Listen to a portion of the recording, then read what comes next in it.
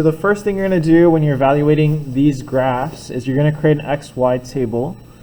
Does anyone remember, if the log has no base, what number is on the bottom? What is the base? 10. Right, 10. So this is a log base 10 of x.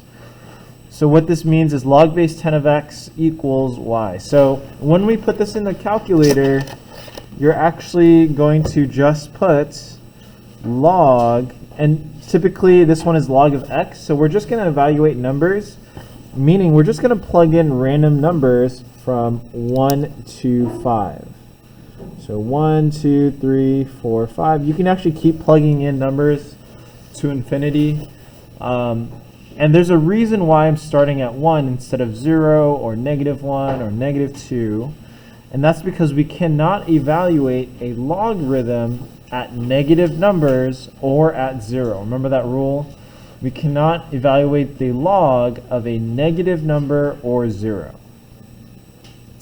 So all I do is I just plug in log of 1 and I just click enter, and that equals 0. So then I just write 0 right here. You're going to do the same thing for the next few numbers. So you can see here that I'm going to do log of 2 and then log of 3, and you can see that those values I'm just going to estimate. So 0.3, 0.48, log of 4 is 0.6, log of 5 is 0.7. So the next step after plugging these into my table and into my calculator is that I'm going to graph these. I'm just going to graph these. So this is going to look like this.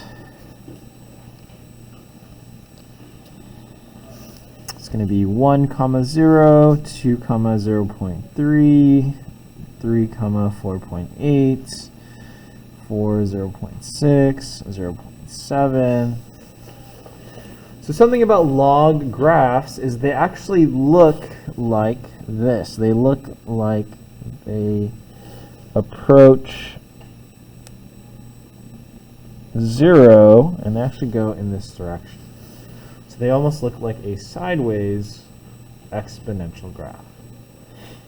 So something to note is that as we remember the kind of rules for logarithms is that you cannot take a log of a negative number or when log of 0, so we know that x must be greater than 0.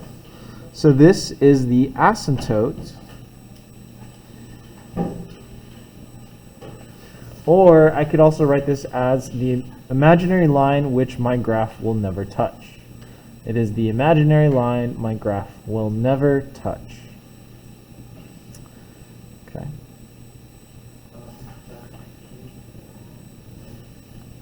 Oh, I didn't write that down, but again, your asymptote is the imaginary line your graph will never touch. And that is at x equals 0. If I did want to draw that in, x equals 0, there is an imaginary line where my graph never touches x equals 0.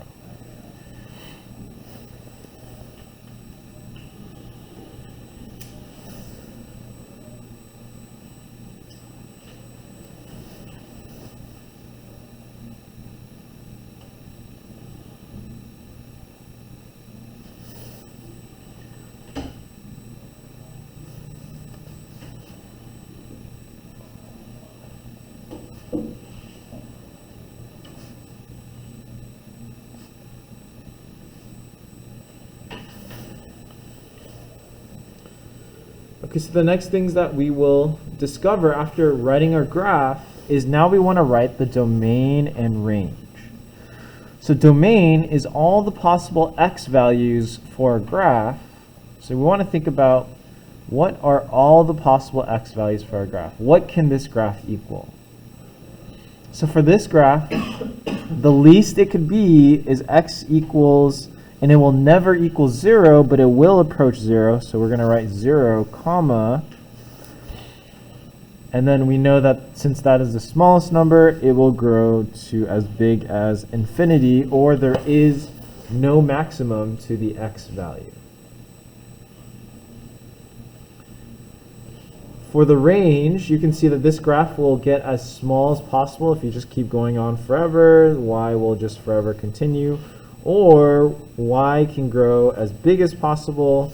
And so in both cases, the domain would be every possible X or Y value. So again, the reason for domain is 0 is because it can't quite equal 0, so it's not a bracket, it's not a closed bracket, but it will approach 0 towards infinity. Question?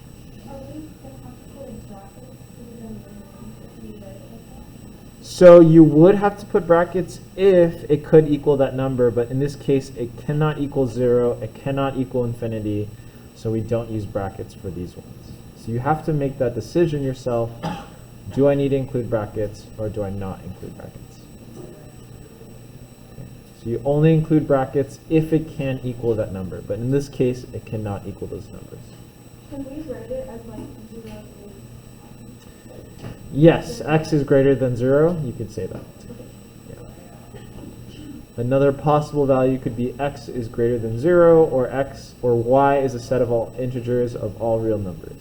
That's possible too.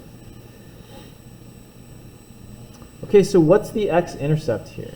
Where does our graph intercept the x-axis? Great. 1. So 1, 0, which we can see right here. This is the x-intercept. What's our y-intercept here?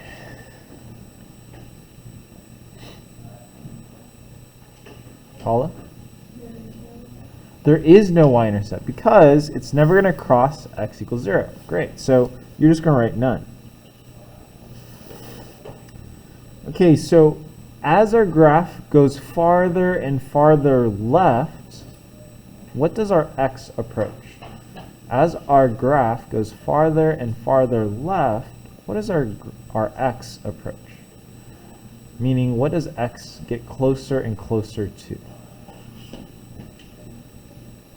So as our graph goes farther and farther left, as it's going more and more this way, what x value is our graph approaching? Great. 0. Yes, x is approaching 0.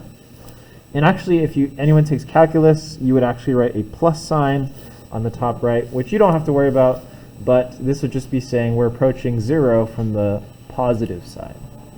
Interesting. For y, as x is approaching 0, what is y approaching? What is y getting closer and closer to? As x is going farther and farther left, it's approaching 0, but what is happening to y here? Anyone know?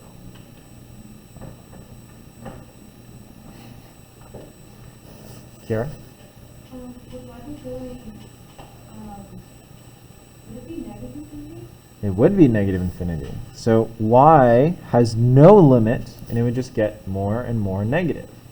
A bigger and bigger negative number. And you can see here that it would just get smaller and smaller, and it would just keep growing smaller and smaller and smaller. A negative infinity. Okay, what is x doing as it goes farther and farther right? What does it approach? What does it approach? Meaning, what number does it reach till? Right? Positive infinity. Right, positive infinity. There is no number that x approaches other than it's going to get bigger and bigger forever. What about y? What is y going to approach as we go farther and farther right? Connor? You pointed upwards as in positive infinity.